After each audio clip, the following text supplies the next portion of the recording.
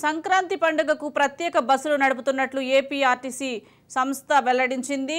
ఇవాల్టి నుంచి ఈ నెల 14 వరకు ప్రత్యేక బస్సులు నడుపుతున్నట్లు చెప్పింది. వివిధ ప్రాంతాలకు 6705 ప్రత్యేక బస్సులు నడుపుతామని తెలిపింది. ఇక సంక్రాంతికి ప్రత్యేక బస్సుల్లోనూ సాధారణ ఛార్జీలే ఉంటాయని వెల్లడించింది. రాను పోను అడ్వాన్స్ టికెట్ బుక్ చేసుకుంటే 10% రాయితీ ఇస్తామని ఆర్టీసీ తిరిగి వెళ్లే వారి కోసం ఈ నెల 16 నుంచి 18 వరకు ప్రత్యేక బస్సులు నడుస్తాయని తెలిపింది. ప్రయాణికుల రద్దీ మేరకు అదనపు బస్సులు నడుపుతామని ఆర్టీసీ వెల్లడించింది.